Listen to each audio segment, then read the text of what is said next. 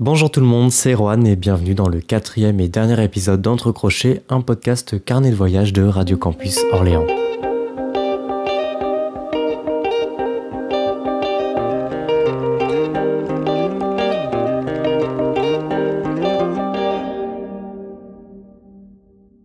Initialement, cette série, elle devait être un peu plus longue, mais bon, comme on le sait maintenant toutes et tous, l'année 2020 a eu un petit, même très petit contretemps qui a pris la forme d'un virus qui a mis le monde en quarantaine. Voilà. Donc, vous écoutez ce qui est l'ultime épisode d'Entre Crochets, le 4e, qui retrace 3 mois d'Erasmus, de janvier à mars du coup, enfin plus ou moins, et de comment cette mobilité s'est terminée de façon peu habituelle. Ce qui fait que j'ai pas eu beaucoup l'occasion d'enregistrer cette période de l'année et que j'ai très peu de choses prises sur le vif à vous faire écouter. Et pour cet épisode, je vais laisser l'habituelle voix off de côté, même si ça, c'est aussi une voix off, mais la voix off narration scriptée, je la laisse de côté. Je préfère vous parler plus directement parce que cet épisode, je le veux un peu comme un épisode bilan. Du coup, je pense que c'est un peu plus adapté de vous parler comme ça plus directement. Bon, j'ai quand même un petit script sous les yeux pour savoir où j'en suis, tout ce que j'ai à dire pour rien oublier, mais je me laisse un peu plus de laisser aller, de liberté dans la façon dont je vais m'adresser à vous dans cet épisode. Pour la construction de cet épisode, qu'est-ce que j'ai fait ? J'ai envoyé des messages aux personnes que j'ai rencontrées pendant mon Erasmus pour qu'ils m'envoient un fichier audio d'eux qui s'enregistre, et je leur ai demandé dans cet enregistrement de raconter leur année à Séville en Erasmus. Et c'est pas tout, j'ai aussi retrouvé des fichiers qui datent du début de l'Erasmus et notamment d'un sujet que j'ai pas encore traité, c'est celui du végétarisme et du zéro déchet. Parce que pour celles et ceux qui ne savent pas, j'avais arrêté de manger de la viande plusieurs mois avant de partir en Espagne. C'est toujours le cas aujourd'hui pendant que je suis en train de faire cet épisode, mais ça faisait quelques mois que j'avais arrêté en septembre 2019, ça fait déjà quelques mois que j'avais arrêté. Et avoir un régime alimentaire particulier dans un pays dont on ne maîtrise pas totalement la langue, ça peut faire un peu peur. Et je vais pas vous cacher que c'est pas forcément la chose la plus facile du monde. Mais bon, finalement, le végétarisme et dans une moindre mesure, du coup, le véganisme, c'est un peu plus compliqué. Mais ça commence à entrer quand même dans les esprits et il n'est pas choquant, il n'est plus choquant d'aller dans un restaurant et de demander un plat sans viande. Les gens, ils vont pas nous regarder avec des grands yeux. Qu'est-ce que tu fais ? Par contre, le zéro déchet, là, ils vont regarder avec des grands yeux. Ça a été beaucoup plus compliqué, en fait, pour moi. Finalement, l'achat de nourriture en vrac, comme le riz, les pâtes ou les lentilles, ça a été vraiment le chemin du combattant. Parce que déjà, des boutiques, il n'y en a pas énormément qui vendent du vrac. Et puis, elles sont pas toujours bien référencées. J'ai eu du mal à en trouver. Faut ouvrir l'œil, du coup. Faut pas hésiter à entrer dans les différents magasins, dans les rues. Il ne faut pas hésiter à se perdre justement dans les rues et aller plus loin que les rues commerciales qu'on a l'habitude de fréquenter. Parce qu'elles sont en général dans les petites rues de la ville. Et j'en ai trouvé une de boutique qui vendait du vrac. C'était dans la partie nord du centre ancien de Séville. C'est un quartier un peu plus riche de la ville. Et c'est une toute petite boutique de 10 mètres carrés. Elle est petite, mais elle vend quand même plein de choses. Donc j'ai pu trouver tout ce qu'il me fallait, comme du blé, du riz, des pâtes. Il y avait plein de légumes secs, il y avait plein de fruits secs. Et il y avait également plein de thé, de tisanes, d'infusions, et c'était vachement cool.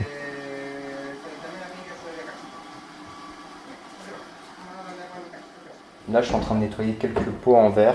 Pourquoi est-ce que je nettoie des pots en verre ? Pourquoi est-ce que je suis en train d'enlever leur étiquette ? Parce que juste après, je vais y aller avec mes tote bags, je vais y aller avec ces pots en verre justement, tout ça dans mon sac à dos.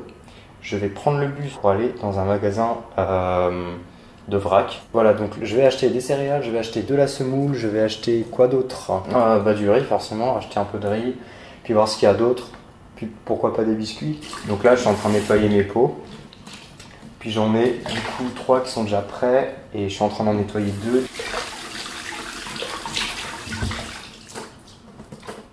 Par contre, ça a été plus compliqué pour les céréales. J'ai vite laissé tomber les cornflakes et j'ai recommencé à acheter des céréales en grande surface qui sont emballées dans du plastique et du carton du coup. Mais bon, ça c'est pas la partie la plus compliquée. Le plus compliqué par contre, ça a été pour acheter les fruits et les légumes. Parce que même s'il y avait beaucoup de boutiques, c'est un peu comme des maraîchers, c'est un peu comme le marché, mais c'est genre tous les jours, c'est vraiment une boutique où ils vendent des fruits et des légumes. Eux, ils sont pas forcément dans la démarche du zéro déchet. Personnellement, j'arrivais dans ce genre de boutique, j'avais mes sacs en tissu, mes tote bags réutilisables et je les tendais au vendeur avec un grand sourire et il me les refusait et il me mettait tous mes fruits et légumes dans des sacs en plastique, dans plusieurs sacs en plastique même à usage unique avec tout ce qui est carton, etc. Et le plus compliqué, ça a été de faire comprendre une démarche zéro déchet. Je vous cache pas, j'ai pas réussi, mais faire comprendre une démarche zéro déchet qui est déjà méconnue et pas mal incomprise par beaucoup trop de monde. Et le faire dans une langue étrangère à une personne qui n'a pas forcément le temps de t'écouter t'exprimer dans un espagnol qui est maladroit, on va pas se mentir, et incompréhensible, parce que c'était quand même en début d'année, ça relève du miracle. Et j'ai pas réussi. J'ai fini par acheter mes fruits et légumes à Lidl. Je choisissais que ceux qui n'étaient pas emballés. Donc tout ce qui était carottes, on oubliait parce que elles étaient dans des sacs en plastique. Et c'est plus simple. Parce que dans les rayons, on n'a pas besoin de demander à quelqu'un de mettre ses légumes dans son sac, contrairement à ces boutiques où il fallait dire à la personne je vais prendre tel légume, tel légume. Là, tu les prends, tu les mets dans ton tote bag et c'est bon. Tu peux partir, tu peux les payer et voilà. Et qu'est-ce que j'ai appris dans tout ça finalement? J'ai appris qu'il ne faut pas se prendre la tête comme je l'ai fait. Puisqu'à un moment, je me suis privé de beaucoup de choses alors que j'en avais besoin, comme des carottes par exemple, juste parce que je ne voulais pas acheter de la nourriture emballée. Et le résultat, c'est que je me suis senti très mal pendant plusieurs mois. Et c'est comme ça d'ailleurs que j'ai décidé d'arrêter finalement les cornflakes, que j'ai repris des céréales au chocolat pour me faire plaisir, parce que c'est important de se faire plaisir.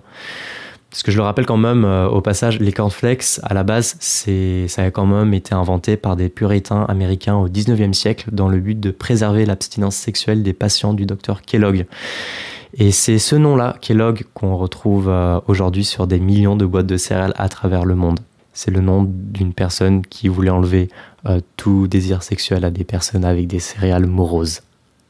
C'est pour ça que j'ai arrêté les cornflakes, parce que justement ça me rendait hyper morose. Et surtout, il ne faut pas oublier que quand on entre dans une démarche zéro déchet, c'est pour préserver la planète et l'environnement dans lequel on vit. Le but, c'est de pouvoir continuer d'y vivre dans le futur confortablement. C'est de pouvoir y vivre confortablement dans le futur. Donc en fait, si on se prive de confort en entrant dans cette démarche, dans le but de continuer à avoir du confort dans le futur, finalement, on va à l'encontre de cette démarche. Et c'est pour ça que j'ai décidé que zéro déchet, c'est bien, mais si je vis pas dans le confort, si ça me rend malheureux et que je suis inconfortable, ça ne sert à rien.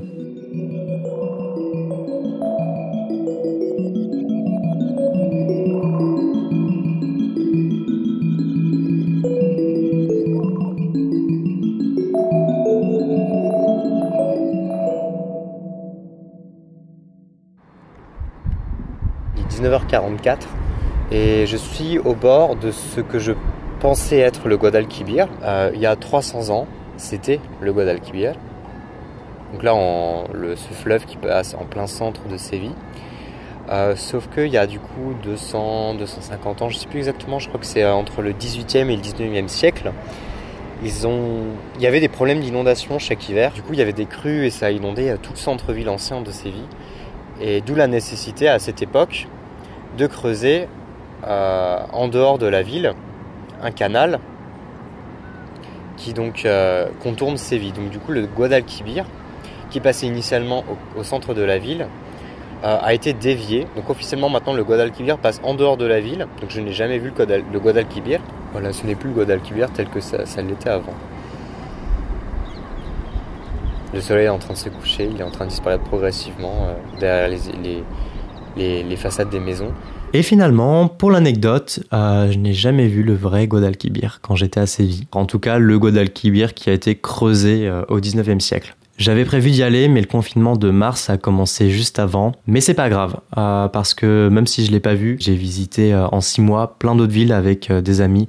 On a voyagé dans pas mal d'endroits en Andalousie. Hi, my name is Laura Veronica Granese.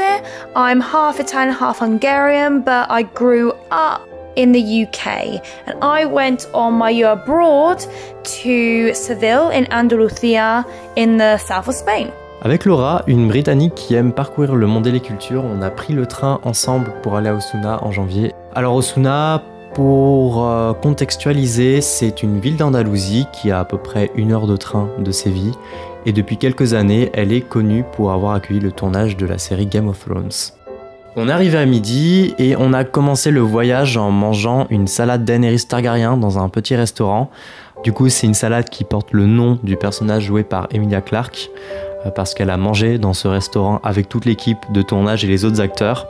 Donc elle a mangé dans le restaurant dans lequel, avec Laura, on a mangé le midi. D'ailleurs, au passage, c'était vraiment impressionnant le nombre d'articles qu'il y avait sur les murs d'accrochés qui racontaient justement leur passage dans la ville d'Osuna et le fait qu'ils soient venus dans le restaurant. Il y en avait énormément, dans plein de langues aussi. Et ce qui était étonnant, c'est que ça ne s'arrêtait pas au restaurant et que c'était l'intégralité de l'économie touristique de cette ville qui était tournée vers la série de HBO. Par exemple, le musée de la ville, il abrite une aile qui est entièrement décorée avec des objets et des photos de tournage de la série. Et il y a un mur qui est entièrement lui aussi recouvert, mais cette fois d'autographes des comédiens et des comédiennes, tout comme une arène dans la ville qui est présentée comme étant l'arène dans laquelle il y a eu le tournage de Game of Thrones. Et à part ça, je me rappelle que quand on sort de la ville et qu'on gravit un peu les collines, parce qu'il y a énormément de relief dans ce coin-là, il y a énormément de relief en général en Andalousie, et lorsqu'on monte sur les reliefs, on a une vue panoramique littéralement sur toute la zone géographique, sur toute la région.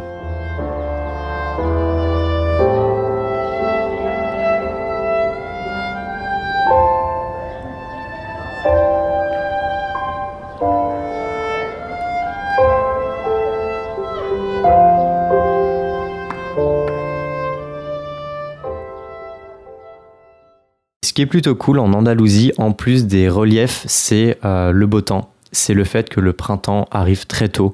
Je me souviens qu'en janvier ou en février, on pouvait déjà sortir sans avoir des gros manteaux sur soi pour pouvoir profiter du soleil et du beau temps et s'asseoir dans les pelouses.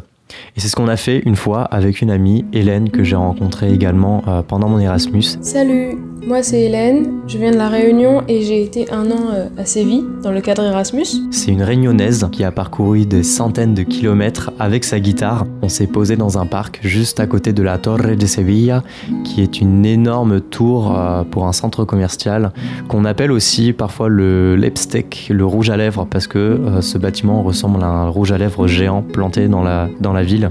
D'ailleurs, il me semble que c'est, et sans aucun doute, c'est le point culminant de la ville. Et à son pied, il y a un parc qui a été aménagé et c'est là où on s'est posé. Et ce jour-là, Hélène a emmené sa guitare pour en jouer quelques notes.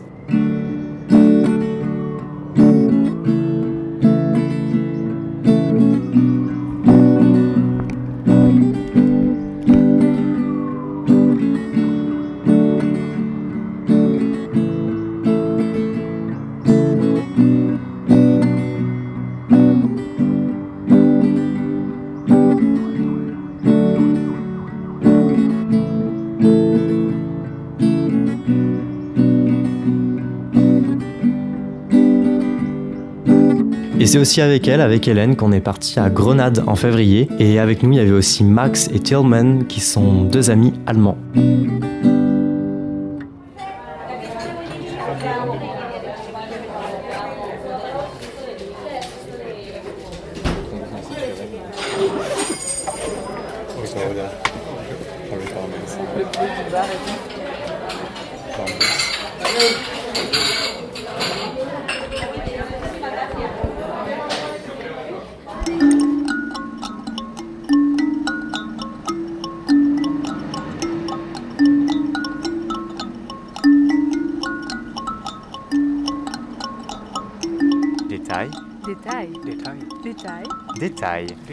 Détail.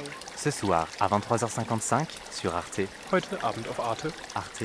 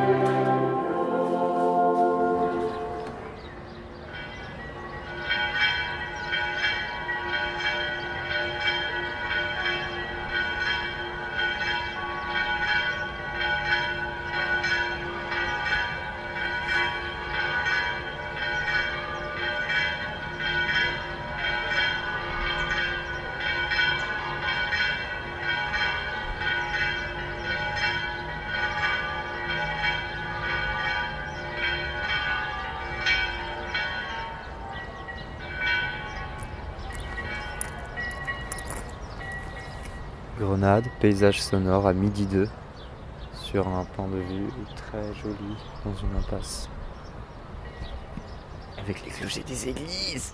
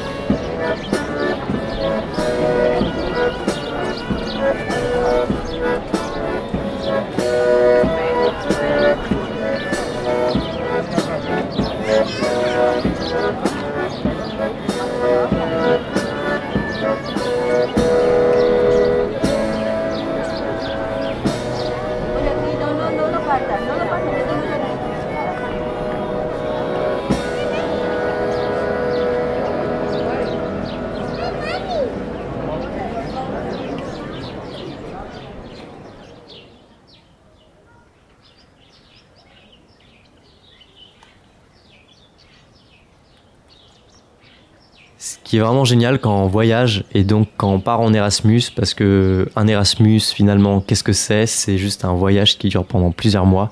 C'est de laisser place à l'imprévu, parce que c'est vraiment quand on laisse l'imprévu arriver qu'on se fait de vrais bons souvenirs. Bonjour à tous, moi c'est Myriam, je suis aussi allée en Erasmus à Séville pour faire un semestre en communication audiovisuelle. Et c'est ce qu'on a fait un soir avec Myriam, on a laissé l'imprévu arriver. On allait pour rentrer chez nous et on est passé devant l'ICAS. L'ICAS, c'est l'Institut de la Culture et des Arts de Séville. Et ce soir-là, il y avait un spectacle de musique baroque. Et sans même savoir ce qu'on allait voir, on a acheté 2 billets sur un coup de tête. Et finalement, on s'est retrouvés au milieu d'un concerto de musique classique, baroque. Il y avait 4 personnes sur scène. Et vraiment, on a eu des fous rires parce que c'était complètement en décalage par rapport à ce qu'on avait l'habitude d'aller voir ou par rapport aux lieux qu'on avait l'habitude de fréquenter.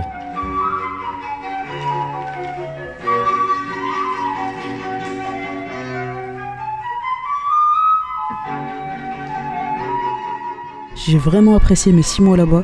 J'ai beaucoup gagné humainement à travailler avec des personnes espagnoles, à vivre avec des personnes de Séville même.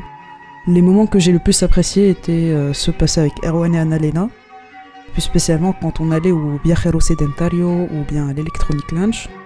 Le premier est un café qui est situé à la place de l'Alameda. C'est un café un peu hipster. On y allait pour travailler, développer des projets, discuter ou juste manger una tarta al Oreo.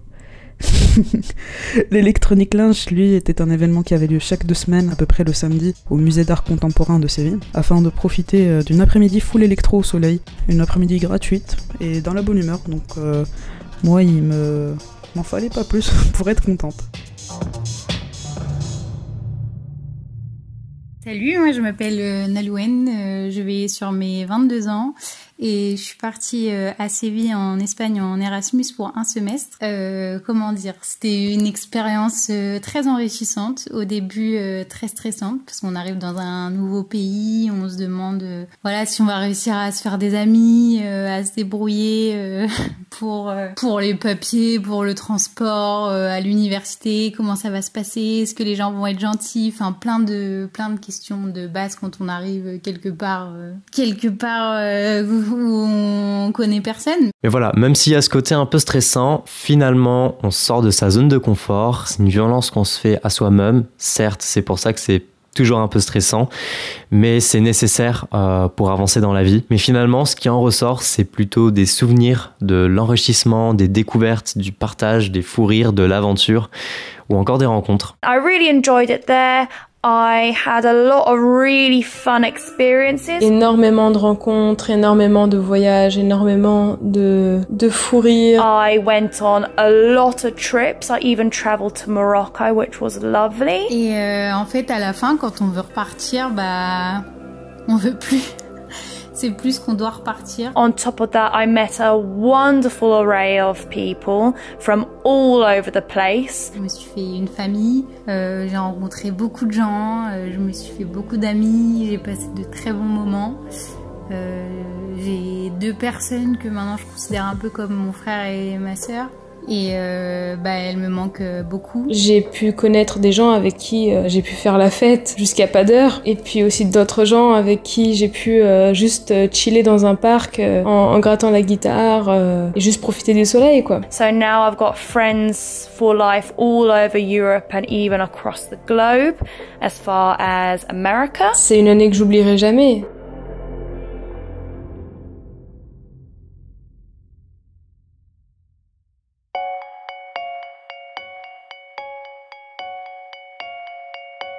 J'ai jamais été aussi épanouie de toute ma vie, en fait. Je rencontrais des gens presque tous les jours, mes colocataires étaient adorables, mais en tout cas de ce que je retiens moi, c'est que c'est comme se jeter à l'eau, en fait. C'est se jeter à l'eau, espérer qu'on va s'intégrer, espérer qu'on va se sentir à sa place et vraiment se sentir accueilli les bras ouverts, aussi bien par les autres Erasmus qui sont là avec le même projet, en fait, que nous. Peu importe en fait, la licence, les hobbies, les personnalités, finalement il y a quelque chose qui nous lie et c'est vraiment cette envie de partager, cette envie de partage, d'échange, cette envie de profiter surtout. Et ça je le changerais pour rien au monde en fait. Et puis surtout ça permet en fait d'apprendre tellement plus déjà sur le monde mais aussi sur nous.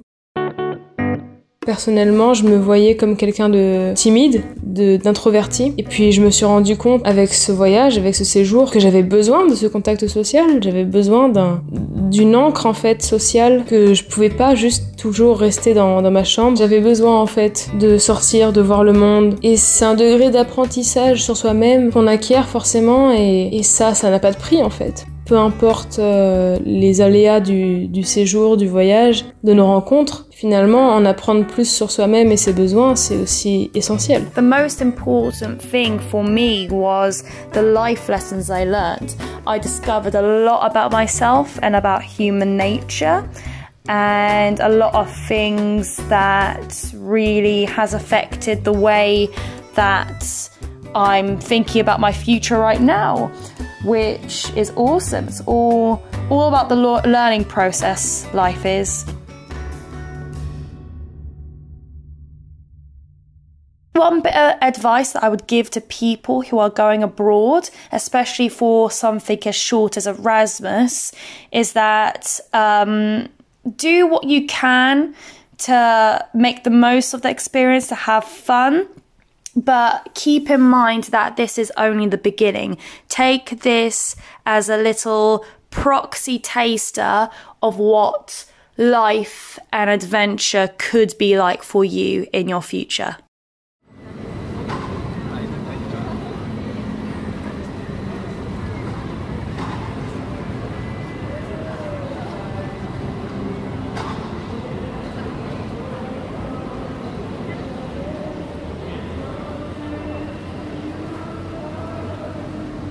En réalité, il n'y a pas besoin de partir dans un pays étranger pour rencontrer des personnes qui sont étrangères. En général, il y a juste à ouvrir les yeux parce qu'ils sont tout autour de nous. Quand on est à l'université, il suffit juste de traîner un peu dans les halls de l'université à la recherche des étudiants Erasmus ou des étudiants étrangers qui sont hors Europe, donc pas Erasmus.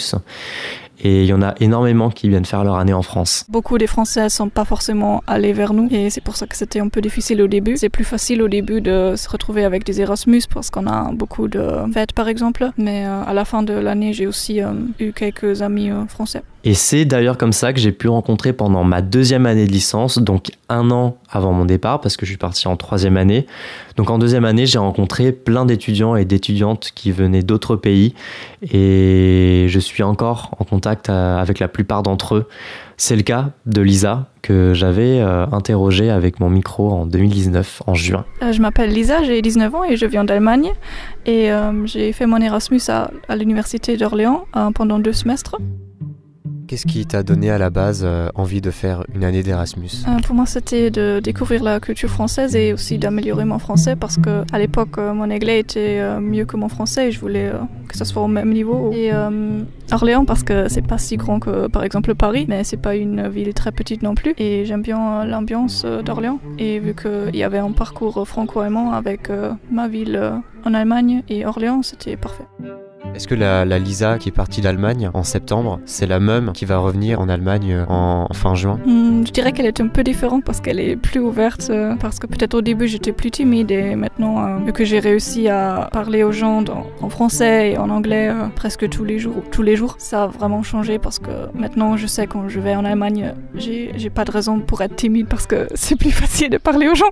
Moi je trouve qu'on profite plus du temps qu'on a avec les gens et aussi on remarque des choses sur la culture, on réfléchit même sur le pays d'origine parce qu'on voit les différences et c'est très intéressant. Parfois on a une vue sur des choses qui est très influencée par ce qu'on connaît et parfois c'est mieux de aussi connaître d'autres points de vue et aussi l'échange avec les autres. Pour moi c'était très très important et très intéressant. Qu'est-ce qui t'a le plus marqué ? Qu'est-ce qui t'a le plus plu ? Est-ce que ce sont les cours ? Est-ce que ce sont les gens autour ? Ce sont pas les cours, mais ce sont les gens et aussi les voyages qu'on a fait, je dirais. On est allé à Paris plusieurs fois parce que c'est pas loin. Bordeaux, le Mont-Saint-Michel et je vais aussi aller à Strasbourg. Oui, c'est vrai qu'on sort plus souvent qu'avant, moi personnellement, et j'ai bien profité de l'année.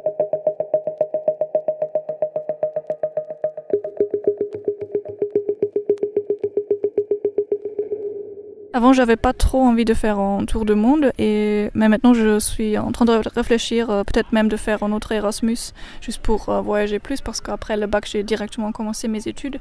Mais maintenant, j'ai vu que c'était une bonne chose de voyager, de rencontrer d'autres gens, d'autres cultures, et j'aimerais bien faire ça plusieurs fois. Je rentre en quelques jours et pour moi c'est très difficile de laisser cette vie derrière moi parce que je sais que même quand je revois quelques personnes ça va pas être la même chose parce qu'ici on était tous ensemble comme une famille. On a eu beaucoup de différentes langues et cultures et c'est juste une belle expérience. Je suis aussi heureuse de rentrer mais pour l'instant je suis plus triste que heureuse.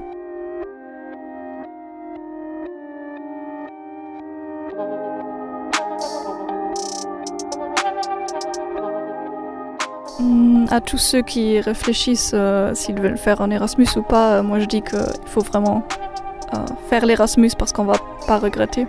Ça va être une bonne expérience.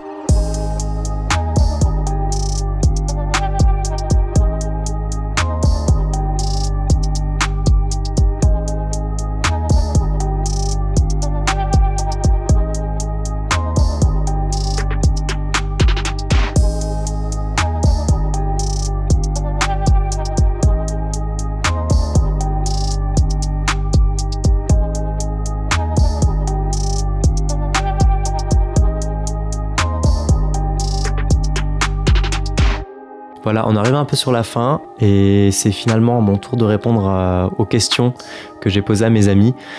Pour faire court, vu qu'il y a 3 autres épisodes de ce podcast qui sont à écouter et qui résument très bien ce que j'ai vécu, je vous invite à les écouter. Partir une année universitaire à l'étranger, ça m'a clairement ouvert l'esprit. Ça m'a ouvert mon champ des possibles. Par exemple, avant, partir dans un pays étranger ou même partir dans un autre pays dans l'Union européenne, c'était complètement inconcevable, alors que maintenant, ça l'est complètement. Vu que je suis arrivé dans une ville en septembre que je ne connaissais pas, où il y avait personne que je ne connaissais, je me suis retrouvé à tirer pendant plusieurs jours une valise de 20 kilos derrière moi. Clairement, maintenant, une fois que ça s'est passé, je peux partir dans n'importe quel pays et demain, je pourrais prendre sur un coup de tête un billet de train pour partir à Amsterdam, pour aller à Copenhague, à Prague ou je sais pas encore à Mykonos, même Dublin ou Londres, n'importe. Et ça me poserait aucun problème, j'aurais aucunement peur et ça serait la même chose que de partir dans une autre ville de France. Je dirais même que j'ai envie de continuer à voyager et d'explorer le monde parce qu'il y a énormément de choses à découvrir, j'en ai pris conscience à ce moment-là. Il y a énormément de choses à découvrir sur cette planète et ça serait vraiment dommage de ne pas les voir et de ne pas les expérimenter. Ah oui, et pour l'anecdote, quand j'ai pris l'avion pour quitter Séville, c'était une semaine après le début du confinement. Cet avion, il était presque vide, on devait être une vingtaine à peine dedans. L'aéroport, pareil, il était complètement désert. Il y avait même j'avais même l'impression d'être dans un film de catastrophe, tellement qu'il y avait personne. J'étais au milieu des couloirs vides avec toutes les boutiques qui étaient fermées. Et c'était encore plus troublant à Barcelone. Je me suis retrouvé à Barcelone parce qu'il n'y avait plus de ligne directe entre Séville et Paris, et que j'étais obligé de prendre une correspondance. Et que ce soit dans l'aéroport de Séville ou dans l'aéroport de Barcelone, il y avait ce message qui tournait en boucle. Debido a las circunstancias de excepcionalidad, por favor, mantenga la distancia personal de 1 metro. Due to exceptional circumstances, please maintain a personal distance of 1 meter.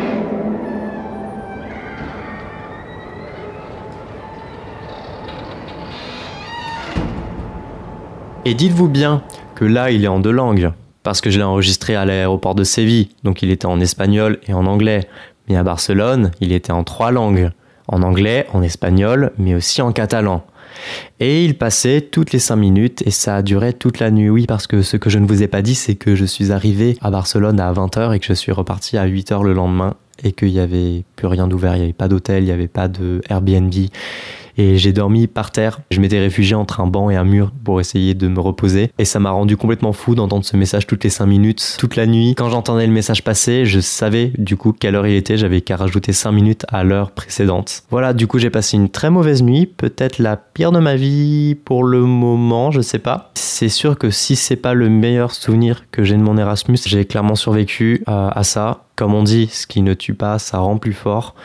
Et clairement, ça m'a rendu plus fort. Et ce que je disais tout à l'heure, c'est que une fois qu'on a vécu ça, on n'a plus peur d'aller dans un autre pays et de se retrouver dans un aéroport perdu. Voilà, c'est tout pour ce podcast. Merci de l'avoir écouté. Il y a 3 autres épisodes parce que ça, c'est l'épisode 4 encore une fois. Donc, faut pas hésiter à écouter les 3 précédents. Je remercie également Myriam, Hélène, Nolwenn, Laura et Lisa pour avoir participé à cet épisode. Les 3 précédents, ils sont disponibles sur SoundCloud et également sur orléans.radiocampus.org. J'ai également ouvert une chaîne YouTube, donc faut pas hésiter, pareil, à aller la visiter parce que c'est là où on se retrouvera pour de nouveaux futurs projets. Et on se dit à très vite. Merci encore.